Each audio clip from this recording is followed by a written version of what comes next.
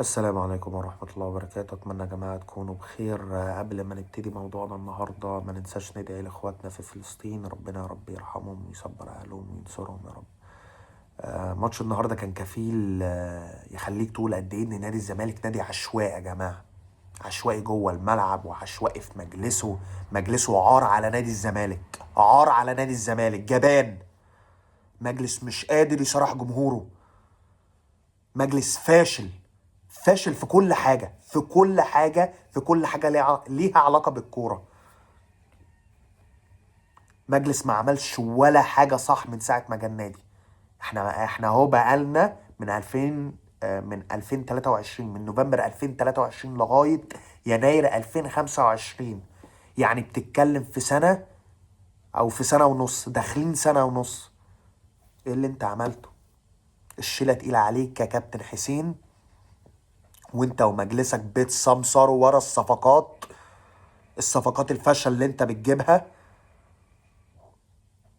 وبتبعت شويه عيال صغيره على السوشيال ميديا عشان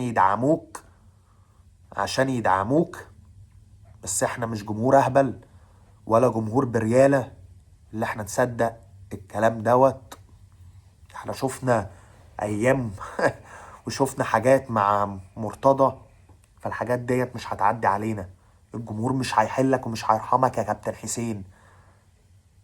انت وحسام المندوه واحمد سليمان وهشام نصر وكل واحد فيكو، لان ده مش مجلس جاي يشتغل، ده مجلس جاي يتعولق. بالبلدي بقى، ده مجلس جاي يتعولق. مش مقدرين ان هم ماسكين فريق بحجم نادي الزمالك. دي في حد ذاتها كارثه، في حد ذاتها كارثه يا جماعه. ايه تاني؟ ايه تاني يثبت لك ان الناس دي ما بتشتغلش يا جماعه؟ شكل فرقتك مقزز في الفرقه، في الملعب يا جماعه. ده شكل فرقه عايزه تكسب دوري؟ يا عم صباح الفل يا عم، ايه ده؟ ايه الشكل الخرا اللي احنا شفناه ده النهارده؟ ده شكل ده؟ دي لعيبه ديت. كل واحد النهارده يا جماعه هيتحاسب. انا هنا ولا هاخد صف مدرب ولا مجلس ولا لعيبه. كل واحد النهارده هيتحاسب، لان زي ما قلت الجمهور هنا مش هيرحم حد، لا لعيب لا مدير فني لا مجلس. شفنا النهارده الجمهور في المقصوره مسكوا حسام المندوب، شطفوه.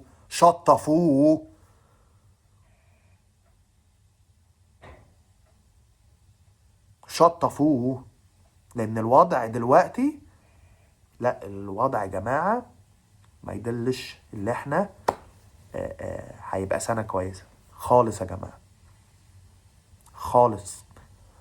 لا عارفين تجددوا للعيبة اللي فري، لا عارفين تجددوا لزيزو، لا عارفين تكتموا لسان ابوه،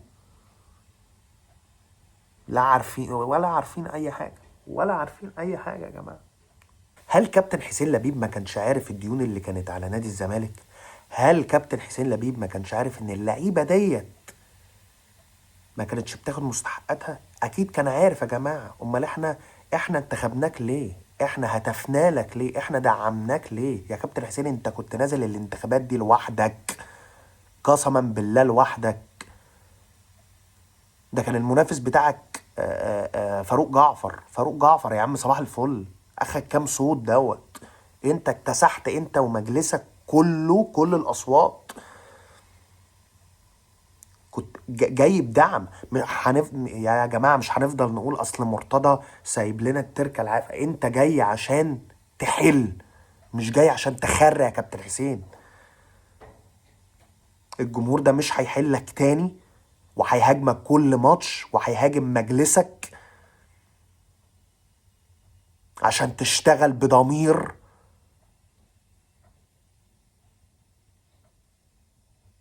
تعبنا من البيانات، تعبنا من كل واحد من المجلس يطلع ويتكلم ويقول لك اصل النادي بخير ومش النادي بخير. انتوا شويه كدابين، شويه كدابين جبنة، شوية كدابين وجبنة. يا كابتن حسين فوق شوية، فوق شوية واسترجل شوية، خلي عندك كرامة حتى، خلي الناس تخاف منك حتى في حوار التحكيم ده يا أخي. المنافس بتاعك كل أسبوع بيتجامل بضربة جزاء مضحكة، مضحكة يا أخي. ماتش فاركو دي ضربة جزاء، دي ضربة جزاء يا حكم يا ظالم يا فاجر. كل أسبوع ماتش فاركو، ماتش المصري، ماتش الجونة، ماتش الاتحاد، 4 ماتشات يا جماعة، 4 ماتشات. ماتش زد 5 ماتشات اهي، 5 ماتشات، 5 ماتشات. وانت كابتن حسين لا اسمع لا اتكلم.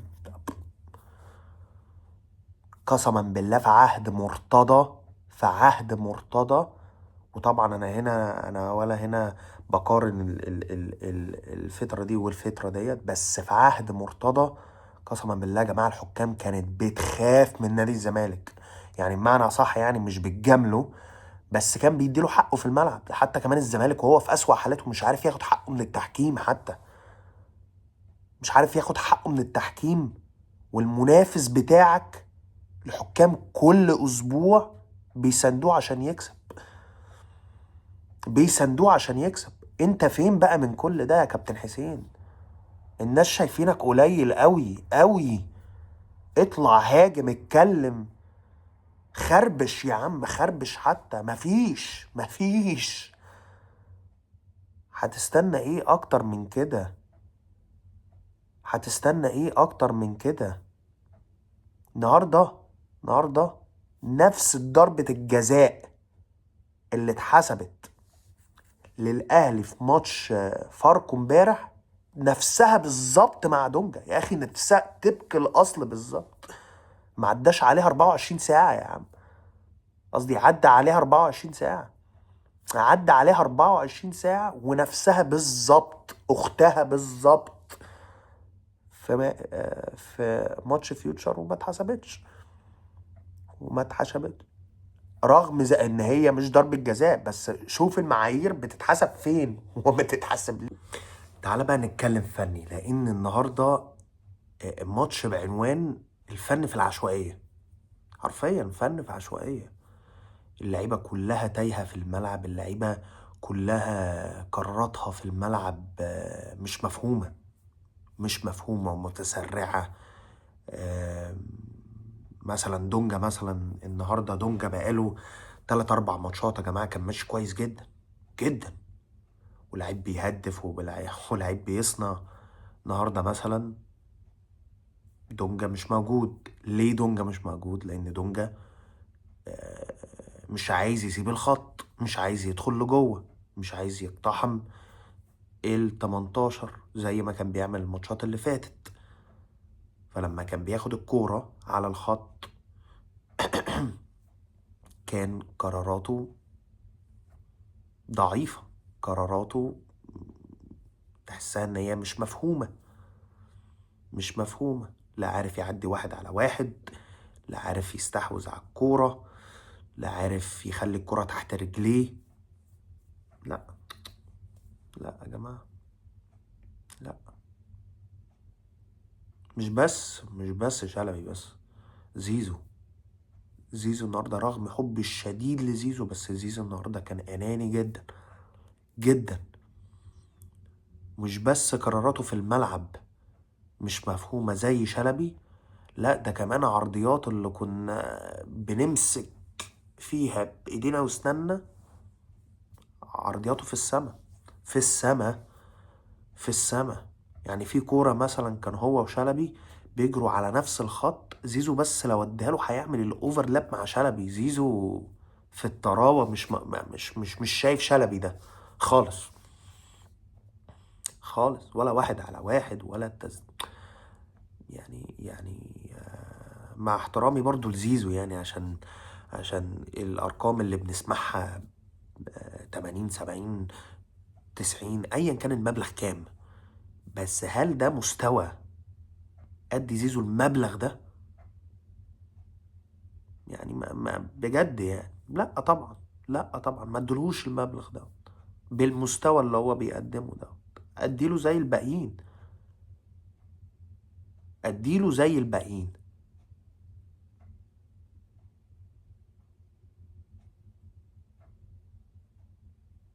فأتمنى تراجع نفسك يا زيزو، وتراجع مستواك تاني. آه، لأن المبلغ اللي انت طالبه ده يعني ما يجيش ربع مستواه، ولا يجي تفه من مستواك اللي انت بتقدمه ده في الملعب. طبعا الجزيري طبعا لا حول له ولا قوة، لا حول له ولا قوة. ده مش مهاجم يا جماعة، ده مش مهاجم، ده يلعب في الغيط أرحم. ده يلعب في الغيط هو ودونجا، بالذات دونجا ده اللي هتكلم عليه بعدين يعني. بس الجزيري ده مهاجم ازاي؟ ده مهاجم ازاي؟ ازاي يا جماعة؟ ده مش مهاجم، ده مش أجنبي تعرف تعتمد عليه. وأنا متأكد مليون في المية إن جروس مش عايز يلعبه، بس برضه مش عايز يزعل الإدارة، لأن الإدارة كانت عندها مشكلة مع الجزيري، فمش عايزين يعملوا مشكلة تاني مع الجزيري. بقى ده اسمه كلام يا جماعة؟ الجزيري كان بعد المشكلة بتاعته كان يقعد على الدكة معزز مكرم لغاية ما يجيله فرصته ويشارك. أما اللي يبدأ أساسي ديت على حسام أشرف، المكنة كانت بتطلع شوية معاه، وناصر منسي طبعا مش عايزين ننسى مجهودات ناصر منسي في الماتش ده لما نزل.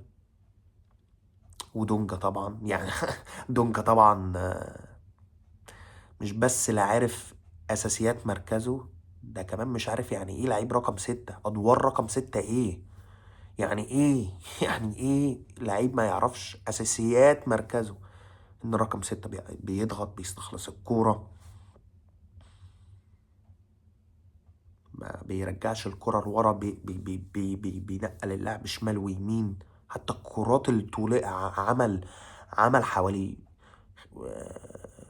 عشان عشان برضو مش عايز ابالغ، عمل برضو حوالي 10 كرات طولية. كل الكرات الطولية كانت بتطلع من رجله غلط غلط، وكان بيعملها اكتر من مرة. الاولى ما تجيش، التانية ما تجيش، التالتة ما تجيش، فيقوم محاول رابع خامس. يا عم مش عايزة تيجي خلاص، العب غيرها. ماتش كله بيقاوح مع الحكم بس اما اللعب مفيش لعب، مفيش لعب. طبعا فتوح، طبعا فتوح يا جماعة يعني في سحابة قدام عيني من ساعة المشكلة بتاعته، ولا قدم المستوى بتاعه اللي احنا عارفينه من فتوح. طبعا يا جماعة انا بحلل كل لاعب ليه؟ لان الشوط الاول والشوط التاني ما قدمناش حاجة يا جماعة، ما قدمنا. هي الحسنة الوحيدة اللي في الماتش دوت هي دخول بنتايج وناصر منسي. غير كده احنا بلح يا جماعة، بلح. شفت بنتايج، شفت الأجنبي، هو ده الأجنبي يا جماعة. الستارت بتاعه اللي على الكورة شفت سريع ازاي، شفت هو بيعدي واحد على واحد، بيخش جوه، عايز بيقاوح على كل كورة، بيعدي واحد على واحد.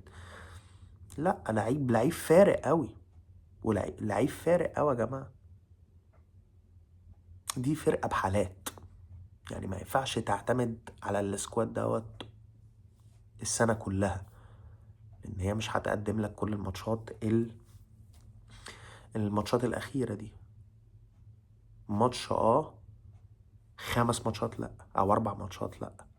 ممكن تكسب بالضالين، ممكن لأ برضو. حسام عبد المجيد النهاردة بيلوش في الملعب، بيلوش، تايه برضو، تايه، لا واقف صح، لا عارف يطلع امتى، حتى كمان في الهدف الأول ضغط في الوقت اللي ما كانش المفروض يضغط فيه، زي سبب في الهدف الأول بتاعت الحرس. لا وكمان المسلوسي يطلع، فيقوم جروس طبعا الراجل اعذره ما عندهوش دكة، لأن مجلسك ما جابش صفقات. ما جابش صفقات، فقام مرجع فتوح يلعب سنتر باك. طبعا عشوائية طبعا يا جماعة. ويدخل جون فيك من دبل باس، يضرب خط دفاعك كله خط دفاعك كله اتضرب. وعواد بدل ما يطلع اسرع وبدري عن كده ما طلعش، او لما طلع متأخر. طبعا فالهدف دخل طبعا فيه، هدف طبعا فيه. كل اللعيبة النهاردة ضاربين غطس، حتى محمد شحاتة اللي برضه مقدم مستويات كويسة الفترة اللي فاتت، اللي كان الحسنة الوحيدة اللي كان بيعملها الفترة اللي فاتت ان هو كان بيزيد لقدام عشان يساند زمايله قدام. ما حصلش ده. وجروس الغلطة اللي عملها ان هو راح ايه، راح راح خلاه يميل ناحية شلبي. وطبعا اللاعب مش وينج يا جماعة، دي مش من اهتماماته يعني. طبعا محمد عاطف طبعا يا جماعة راجل النهارده ما قدمش حاجة اللي خليه اساسي الماتشات الجاية، وبرضه يعني مش عارف ليه عندي احساس من جوه ان جروس بيلعبه عشان لو بقى كويس يقول لك بقى المجلس بقى ايه، هو ده اللاعب اللي انا اخترته. شفت ما تهاجمنيش بقى الفترة الجاية. فلو زيزو هيمشي مثلا ومحمد عاطف هو الوريث الشرعي للوينج رايت عندنا، فيعني صباح الفل. دي بقى دي بقى يعني صباح الفل قوي. دي دي انا مش هتكلم فيها دي.